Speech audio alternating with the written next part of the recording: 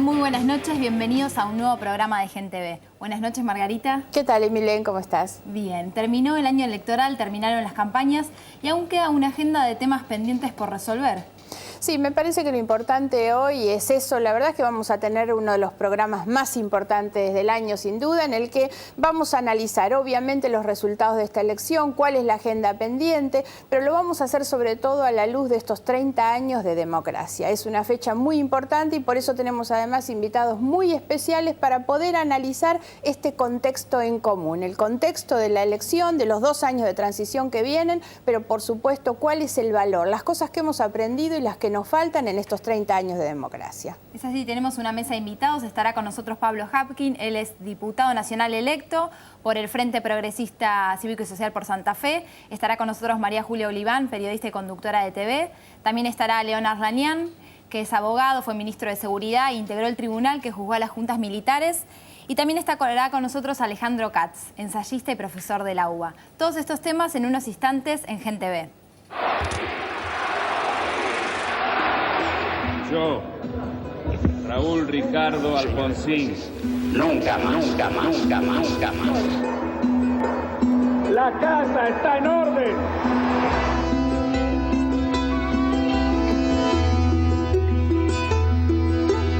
Nada de lo que deba ser estatal permanecerá en manos del Estado.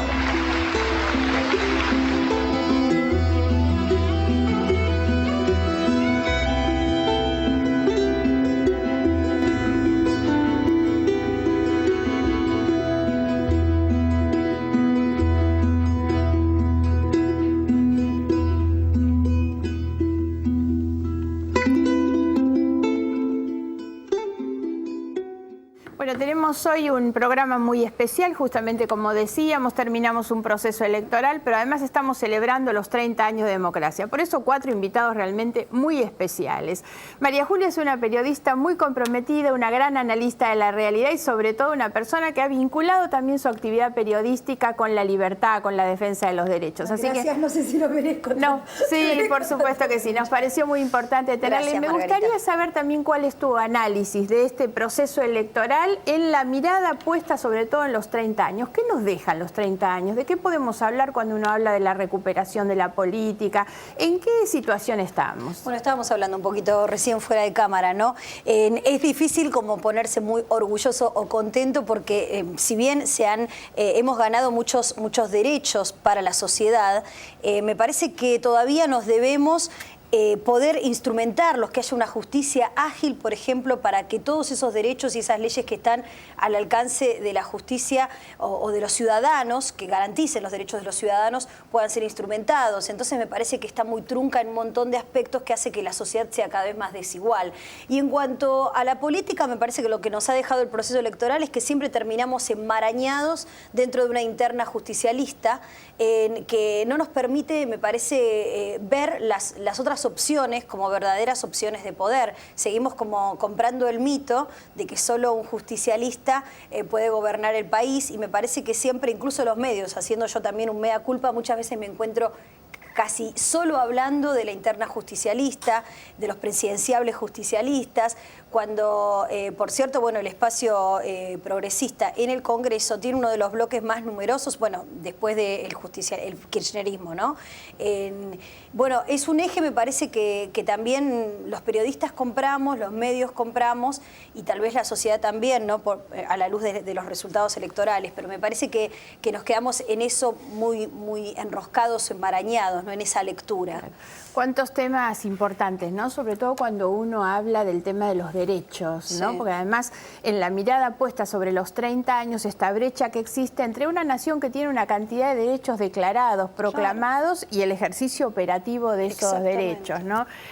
Carlos Leonard Ranián, la verdad es que muchísimas gracias por tu presencia. Vos has sido protagonista tal vez del acontecimiento histórico más importante de la recuperación democrática y tiene mucho que ver también con esto que decíamos, ¿no? En aquel momento la defensa de los derechos humanos, que fue una consigna tan clara de la recuperación democrática y que ustedes pudieron llevar a que la gente sintiera que efectivamente eso formaba parte de un reconocimiento de la justicia y que la justicia estaba en realidad garantizando esos derechos, ¿no? ¿Cómo viviste vos aquello y cómo lo ves hoy en el tiempo?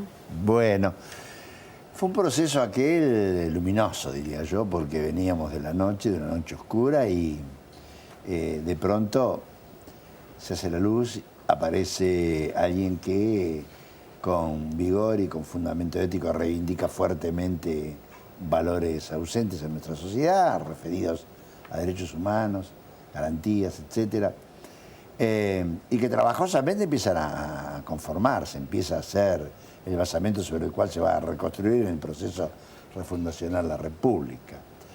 El testimonio que deja el juicio de las juntas y el juzgamiento a los militares por hechos, por la represión ilegal, es yo diría, ha sido un acto aleccionador que se proyectó tal vez no con la intensidad que las expectativas sugerían en ese momento, pero que lo cierto es que instaló una conciencia muy fuerte de la necesidad de defender esos derechos del ciudadano, derechos fundamentales, derechos que si bien estaban en la Constitución del 53, porque estamos hablando nada más ni nada menos que el derecho a un juicio justo, el derecho, la prohibición de la tortura, el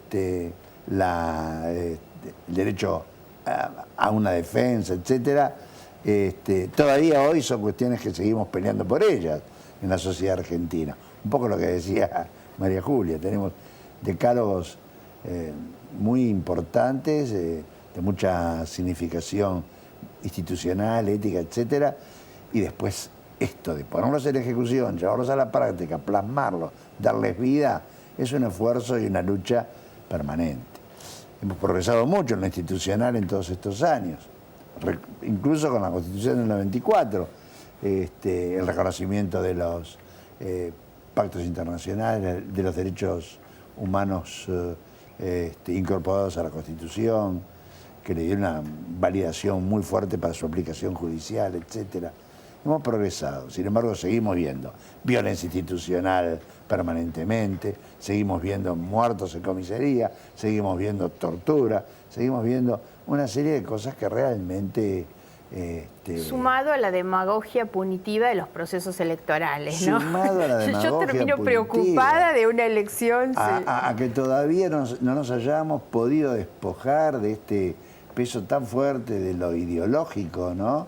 De que sean consignas útiles para la oferta electoral, la figura esta de la puerta giratoria y tantas otras cosas que se dicen, que la verdad que entristecen, ¿no? Desde el punto de vista de hacia dónde vamos. Claro, ¿y cuál es la democracia que tenemos a los 30 años, ¿no? Efectivamente, ¿por qué no hemos podido construir otra cosa? ¿Por qué todavía somos tan endebles? Claro. Pablo Habkin, la verdad es que tiene una gran trayectoria y una gran militancia pese a su juventud, y llegás al Congreso ahora, dentro de una lista que ha tenido un resultado muy, muy exitoso en la provincia de Santa Fe como miembro del Frente Progresista que acompaña a Hermes Wiener. ¿Cuáles son tus expectativas? ¿Cuál es la mirada de una persona joven que representa nuevas generaciones en su llegada al Congreso y también a la luz de estas cosas que hablamos? Bueno, un poco... Como bien decía Carlos y también María Julia, ¿no? Hay que construir darle a la democracia garantías de los derechos, ¿no? y contenido sustancial. Yo creo que, a mi entender, Margarita, para resumirlo, nosotros tenemos que construir un Estado que sea capaz de garantizar derechos. Tenemos 30 años de democracia, pero a pesar de los ciclos y de lo que veíamos, ¿no? Y la frase de Dromi, lo que no hemos logrado es que el Estado sea un factor que levante de la mano a la gente y la lleve hacia acceder a más derechos, ¿no? En algunos aspectos sí, en otros el contenido sustancial de la democracia está muy incompleto. La educación no es el factor de movilidad ascendente que era, obviamente la desigualdad social combinada con la fragmentación urbana, combinada con los problemas o las redes de las economías del delito, genera un gran problema y un gran debate de Estado hacia el futuro. Son los temas, la transparencia electoral en las reglas políticas es otro tema importantísimo también. Vos trabajaste muy exitosamente esto en Santa Fe, ojalá puedas trasladarlo ahora al Congreso Nacional. La verdad que nuestra experiencia en Santa Fe lo que tiene es haber podido generar algunas transformaciones, la boleta única es una. Yo siempre digo, toma mucha dimensión cuando no debería tomarla, porque la verdad que es un hecho que hoy es tan superador que no debería tener la dimensión que tiene. Pero además la experiencia también, un poco por lo que decía María Julia, de haber armado una coalición de gobierno de 20 años que se sostiene en muchos gobiernos locales y se sostiene gobernando a nivel provincial desde fuerzas no pertenecientes a sectores del PJ, ¿no? Eso yo creo que es una clave de la experiencia de Santa Fe que también ojalá podamos empujar a nivel nacional. Claro que sí. Alejandro Katz presentó hace poquitos días un libro que es el resultado de las conversaciones con Luis Alberto Romero, ¿no? Y que se llama La Argentina que duele. La verdad es que me parece que es una apuesta muy interesante que pone en debate muchas de estas cuestiones, ¿no? Hay una parte en la que vos hablás sobre una nueva concepción de los derechos humanos también, ¿no? Y en gran medida de las deudas que tiene toda esta democracia, ¿no? ¿Cómo lo estás viendo? ¿Cómo lo estoy viendo, Margarita? Estoy viendo con mucho escepticismo nuestro país. Oí el otro día de una persona a la que aprecio mucho un comentario que me pareció oportuno. Decía, la esperanza es una cuestión de fe, el optimismo es una cuestión de evidencias. Y es difícil encontrar evidencias en nuestro contexto y en nuestra historia reciente que alimenten la creencia de que nuestro futuro será un futuro mejor de lo que es este presente. Yo oía las intervenciones y me parece que la asociación entre derechos y democracia, que es una asociación cargada de sentido y muy valiosa, y por lo demás llena de hechos reales, ¿no? Quiero decir, la democracia argentina de estos 30 años amplió derechos, pero ¿por qué sentimos que esos derechos se cumplen tan imperfectamente y tan sesgadamente a través de la sociedad? Yo creo que lo que la democracia argentina no ha discutido hasta ahora es el poder y la riqueza, que ha dejado la discusión sobre el poder y la riqueza o bien en manos de sectores muy ideologizados que hacen un uso de estos conceptos que es un uso ya viejo y ya poco interesante, o en ámbitos académicos que no inciden sobre las decisiones. Y yo creo que los derechos son fundamentales en su enunciación, pero que su ejercicio tiene que ver con la distribución del poder y la riqueza que nuestro país no está preocupado por realizar. Sin duda, tenerlo a Ranián en la misma mesa es un honor y es un orgullo y sin duda haber instalado a partir de aquel juicio el valor de los derechos humanos es muy importante. Pero si nosotros pensamos cuál ha sido la evolución de la carga de sentido que esta idea de los derechos humanos tenía en aquel momento y lo que vemos hoy, lo que sentimos es que la enunciación de derechos en la Argentina democrática ha ido degradando el valor de los enunciados. Y hoy tenemos un montón de palabras que tenían valor y que han dejado o están dejando de tenerlo. Inclusión, igualdad, democracia misma. ¿Qué democracia?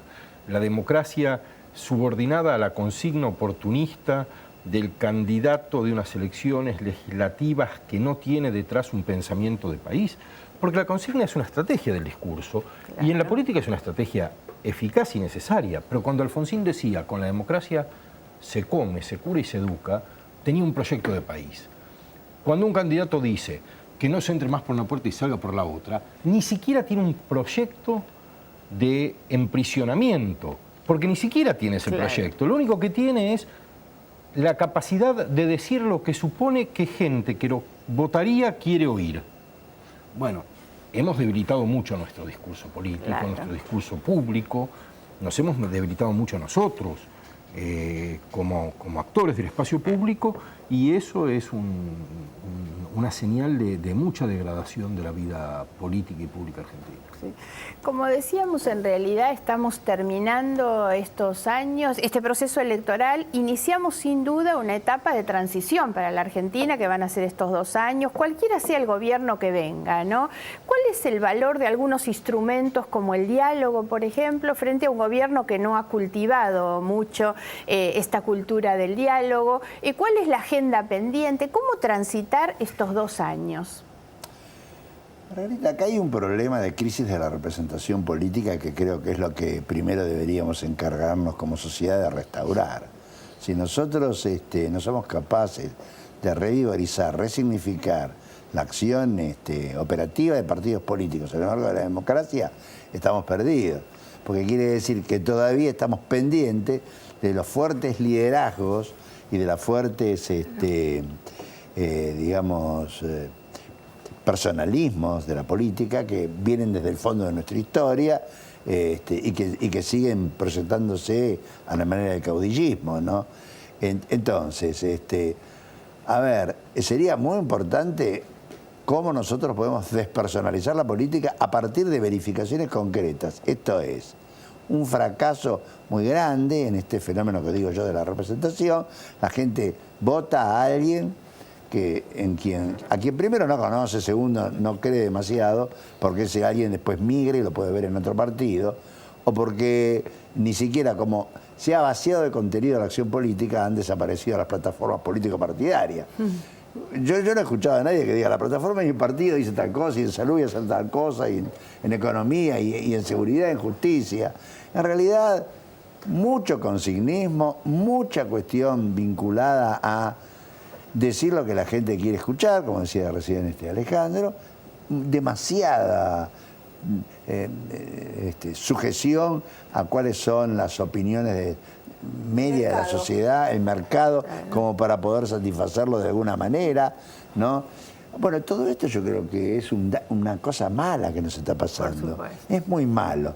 Planificar y recomponer partidos políticos y generar más espacios. Y un hecho nuevo que ha venido a llenar el vacío enorme de la falta de representación política es la acción directa ciudadana, las organizaciones no gubernamentales que han crecido por miríadas, que son extraordinariamente valiosas y que pienso yo que es un dato de la realidad con la que hay que reconstruir la política en Argentina. ¿Por qué? Porque hay ciertos espacios que han dejado vacíos los partidos políticos, lo está llenando la participación social, la participación comunitaria, las organizaciones no gubernamentales. De modo que hay que... Digamos que es bueno porque la participación fortalece la democracia, lo que no puede es reemplazarla. No la puede reemplazar, y hay que saber cómo entonces uno la usa y cómo uno invita en el espacio público, ¿no? Como decía Habermas, cómo uno lo utiliza como ámbito de convergencia y trata de habilitar al sector social una coparticipación en el diseño de las políticas públicas. De modo que hay que hay que refortalecer, resignificar los partidos, dotarlos de nueva representatividad, tratar de que las ideologías vuelvan a existir en el lugar donde tienen que, en su sede, que son los partidos políticos, ¿no es cierto? Claro. La cosa muy mala fue la del menemismo, de decir que las ideologías han muerto, están más vivas que nunca, y se ven en los discursos securitarios, las vemos vivitas y coleando. Entonces yo creo que darles una sede, ¿no? Porque recién decía algo, y no me quiero extender mucho, ¿no, María Julia, acerca del problema, siempre estamos enredados en las discusiones de la interna justicialista. Claro, pero el problema es el siguiente. El justicialismo, con alguna habilidad, históricamente, se transformó en un movimiento capaz de tener en su seno todo lo que, en definitiva, la política puede pedir. Múltiples opciones. Sí. Entonces, el resto de los partidos políticos yo creo que tiene que tener una estrategia como para poder situarse y apropiarse y hacer suyo, exclusivamente suyo, ciertos discursos que van y vienen dentro del seno del justicialismo. Yo creo que... ¿Pablo? Yo tengo una idea un poco más optimista en el sentido también de que por primera vez en la historia de este país, pertenezco, no es un tema de edad, uno pudo hacer toda una vida política en democracia, sin persecución, sin exilio, sin asesinato, sin muerte. Yo creo que eso, creo que permite una mirada más optimista, porque también cambia la lógica de la cultura, de la alternancia, de que hoy perdés y mañana ganás, de construir alguna mirada más de largo plazo. Yo creo que eso puede empezar a impactar con más fuerza en una cultura menos personalista y más institucional. Desde ese punto de vista me parece que ahí está el camino. No es una cuestión de edad, porque uno ve el ejemplo de Santiago del Estero y no se puede ser joven y repetir lo mismo que Juárez en poco tiempo, pero creo que estructuralmente a lo mejor no se nota tanto hoy en la política, que creo que va más hacia coaliciones o frentes como reconstrucción del sistema que al refortalecimiento de de solo partidos, sino a esta interacción, ¿no? Hoy hay agenda, hay una agenda en la política también empujada por ONGs, en materia de trata de género, de matrimonio igualitario, de transparencia. Es decir, hay un montón de que si la política no recoge va a tener enormes problemas, y yo creo que eso es un buen impulso para la agenda que viene. Después están las mayorías, obviamente, el Parlamento, que es una institución clave que todavía, por imperio de que tenemos una cultura muy ejecutivista, no. Y perdóname una cosa más. Y el esquema más federal, Margarita. Yo creo que desvalorizamos mucho a veces. Esta es una nación que se construyó sobre una base de idea federal. Te doy un ejemplo muy concreto en la agenda que también marcaba María Julia. Creo que no debe haber habido atentado más grave en esos 30 años que lo que le pasó al gobernador de mi provincia. Claro. Prácticamente no tuvo repercusión. Y marca un desafío a la institucionalidad, quizás el más fuerte en el tiempo por venir. Creo que recuperar también esa idea de la totalidad de nación es algo importante. María Julia, vos planteabas un poco el papel del peronismo, ¿no? Y hay un debate muy instalado que es el tema de la gobernabilidad. A nosotros, a los sectores de centro-izquierda, más de una vez de manera provocadora nos dicen, bueno, pero ustedes pueden garantizar gobernabilidad. ¿Cuál es la definición de la gobernabilidad? Para nosotros gobernabilidad no es mantenerse, que es lo que sí sabe hacer el peronismo. Terminan sus mandatos, en comparación sobre todo cuando se mira el gobierno de Alfonsín o el de la Rúa. Gobernabilidad es gobernar bien, en realidad. Sí, pero ¿no? lo que pasa es que me parece que, yo no sé si esto se monta sobre una construcción social, de orden social, o sobre una idea que los políticos tienen sobre el propio poder, pero sí me parece que esa idea significa mantenerse a pesar de, ¿no? A pesar del pedido de diálogo o a pesar de errores cometidos. Me parece que la cuestión del no reconocimiento de errores, de la no apertura del diálogo y de ese orden verticalista, ¿no? De ejercer el poder es la manera a la que estamos acostumbrados. Me parece que la sociedad convalida esa manera, ¿no? Que no nos tenemos que hacer mirar para otro lado cuando se habla de esta gobernabilidad desde el poder, porque también en la sociedad se cree que esa manera de ejercicio tal vez es la manera posible, ¿no? Eso digo como sociedad. Y después, por otro lado, me parece que las ONGs y todos los organismos ONGs y organizaciones sociales han dado un aporte, pero que también la política muchas veces, con este consignismo del que hablaba recién él hace un ratito, toma muchos de los reclamos y de las luchas de las ONGs, pero solamente para llegar hasta ahí, ¿no? Y también para utilizarlos políticamente. No hay que olvidar que estamos en la era de la comunicación y que esta... no me sale la palabra, esta voracidad por consumir comunicación, por escribir en el Twitter, o sea, las redes sociales y la multiplicidad de comunicación que tenemos a través de ellas nos hace que cada vez se simplifique más el discurso, se profundice menos y ese discurso sea el que de alguna manera también consume la sociedad. Es como una retroalimentación en el que el votante y la sociedad es visto como un mercado que consume determinadas consignas, más que como un espacio a donde hay que dar una discusión profunda. Yo creo que cuando alguien tiene algo complejo que decir, encuentra el modo adecuado para decirlo. Cuando lo que no es posible es atribuir a la existencia de Twitter la incapacidad de la política de generar un discurso sofisticado sobre la realidad. Si la política tuviera un discurso sofisticado, encontraría el modo de enunciarlo y de amplificarlo independientemente de Twitter o a través de Twitter. Pero lo que quiero decir es esto. Pablo decía, yo estoy de acuerdo, la política está tomando temas que vienen de las ONG, género, trata, etcétera, pero la política está, cuando lo hace bien, está mirando problemas e intentando resolverlos, en algunos casos de un modo más exitoso, en otros de un modo mucho menos exitoso. Pero lo que no hay es ni imaginación ni curiosidad. Quiero decir, venimos de una campaña que tenía mucho interés, porque era a la vez una elección legislativa, es decir, vamos a traer proyectos de ley al Parlamento que van a incidir sobre la configuración jurídica y social del país una vez que se aprueben, y a la vez anticipa el inicio de un nuevo periodo de gobierno, es decir, queremos decir qué país vamos a pensar para ese próximo periodo de gobierno. Estos no fueron discursos presentes en la campaña. Y yo entiendo que el candidato en el acto, en la excitación, en la plaza, interpela a su público con las reglas de la movilización, de la emoción, pero también ha habido o debería haber habido otros ámbitos para hablar de otras ideas. Vos decías federalismo. Es muy importante el federalismo, pero no estamos hablando de la dinámica del poblamiento territorial. No se habla, no hay una palabra puesta sobre la dinámica del poblamiento territorial en Argentina. Pero ¿quién va a pensar eso si no es la política? ¿Cómo vamos a rehacer demográficamente un país que está cada vez más recargado sobre un solo sitio que en la medida en que se siga recargando va a condensar las peores aberraciones del mundo contemporáneo?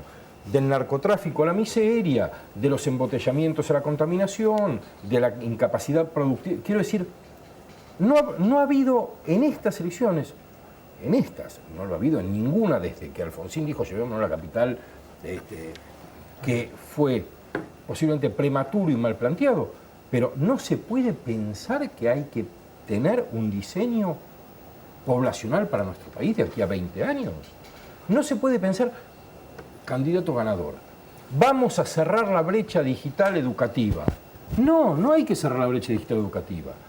Hay que ver cómo hacer que los chicos, primero, estén en el sistema público y no emigren al privado como lo están haciendo, y segundo, aprendan las dos habilidades básicas que se aprenden de la escuela, escribir, leer y tener los rudimentos de la aritmética. ¿Quién habló de eso? Hablamos de la educación. No, hay que decir cómo. Hay que decir cómo, tienen que decir cómo. Si no se dice cómo, no se discuten las estrategias. Pero no es solo las capacidades básicas que esperamos que los chicos adquieran en la escuela. ¿Cuáles son los cambios cognitivos que están produciendo por los cambios tecnológicos y cómo vamos a responder a esos cambios cognitivos? Son temas vacíos del discurso político. Bueno, reflexiones muy, pero muy profundas, la verdad. Se nos termina el tiempo. Es una lástima porque conversaríamos muchísimas horas con ellos, democracia, instituciones, partidos políticos, educación. La verdad es que se nos terminó el programa. Una lástima y muchísimas gracias a los 4 invitados, que la verdad, excelentes. Muchas gracias.